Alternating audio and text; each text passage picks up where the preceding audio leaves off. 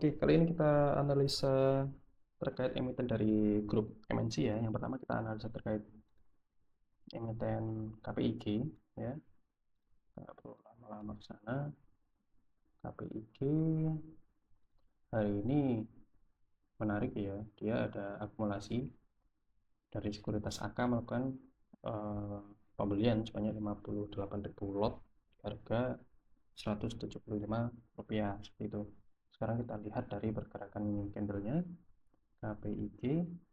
Nah, untuk KPIG ini sudah di cross check ya. Tapi ini kita sesuaikan lagi. Jadi untuk KPIG sebenarnya kita bisa lihat di pola candlenya ya. Kita pakai time frame weekly. Di time frame weekly kita bisa lihat bahwa pergerakan harga mulai dari September atau Agustus 2024 sampai ke April kemarin ini membentuk pola bullish flag ya.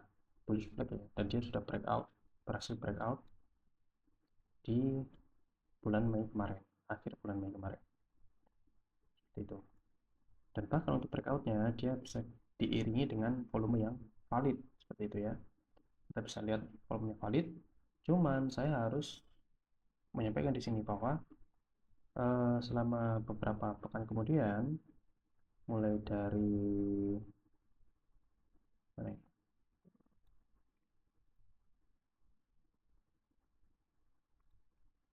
ya dari 10 Juni ya, dari 10 Juni sampai 30 Juni harga mengalami kenaikan, tetapi volume yang ada mengalami penurunan seperti itu. Jadi dari sini kita bisa ambil kesimpulan bahwa harga sangat berpotensi untuk mengalami koreksi. Oke, seperti aturan terkait volume adalah ketika harga naik, volume harus naik juga. Itu tanda bahwa pergerakan apa namanya ya kita katakan sebagai pergerakan yang sehat seperti itu ya, tidak anomali. Tapi kalau harga naik, volume turun, itu mengindikasikan bahwa tekanan beli itu mengalami penurunan dan berpotensi untuk mengalami koreksi ya. Gitu. Kalaupun ini mengalami koreksi, paling tidak KPIG ini akan turun ke harga 148 seperti itu ya untuk KPIG. Untuk uji area ini ya, support ya. Kalau kita ukur menggunakan Fibonacci, kita anggaplah pakai sini ya, sudah tipis sih, antara 155 sampai 149 targetnya ke sini. Oke, apalagi kita harga sekarang sudah mendekati resist di 180 seperti itu. Kalau dari sini saya rasa lebih baik kita lebih aman wait and see. Kita bisa beli ketika harganya breakout 180 saja. Kalau kita mengejar ya, kalau kita mengejar market. Tapi kalau kita memang berposisi apa namanya, lebih sabar ya, lebih passion ya, kita bisa antri di area sini saja. Ini lebih aman daripada kita harus bertaruh all in buy. Oke lah, kita anggap breakout tapi tidak ada volume, kena banting nyangkut ya, repot juga. Apalagi di sini kita bisa lihat ada gap up ya, gap up walaupun kecil ya di harga 160, itu sangat berpotensi untuk ditutup dulu.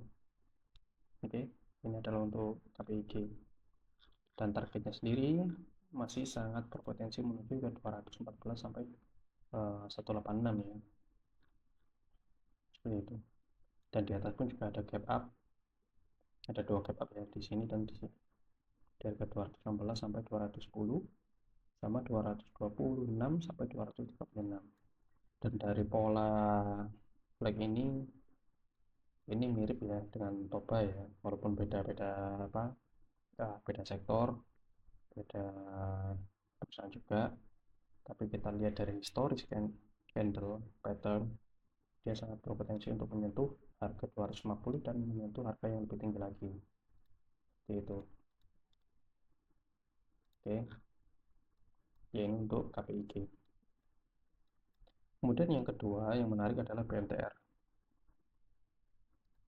Ya, ini saya note lagi ya, sekali lagi ya untuk KPIG ya. Kalau misalkan mau beli di harga penutupan tanggal 2 Juli, boleh.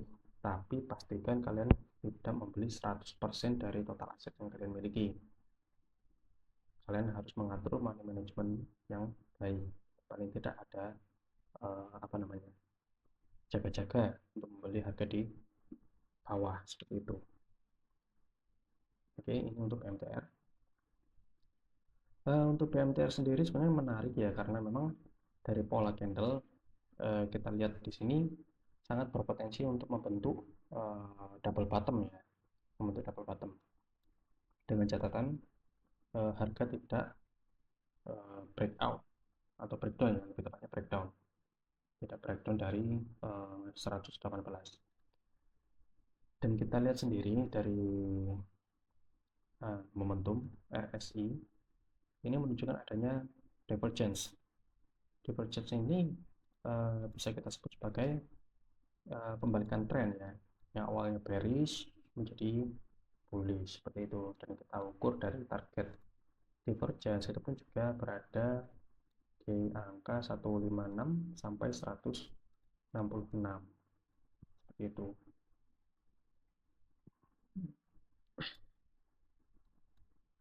Nah, kemudian untuk kuncinya kalau misalkan harga mau naik ke 166, paling tidak harga harus breakout dari 154 dengan volume yang bagus. Oke, ini adalah pengukuran dari divergence. Tapi kalau misalkan kita ukur secara apa ya namanya,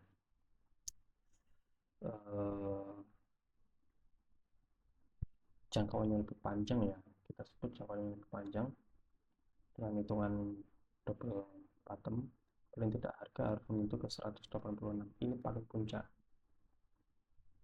setidaknya ini yang paling puncak. Tapi ini terlalu jauh ya, saya rasa angan-angannya terlalu jauh. Kita cukup fokus ke harga 150 sampai 166.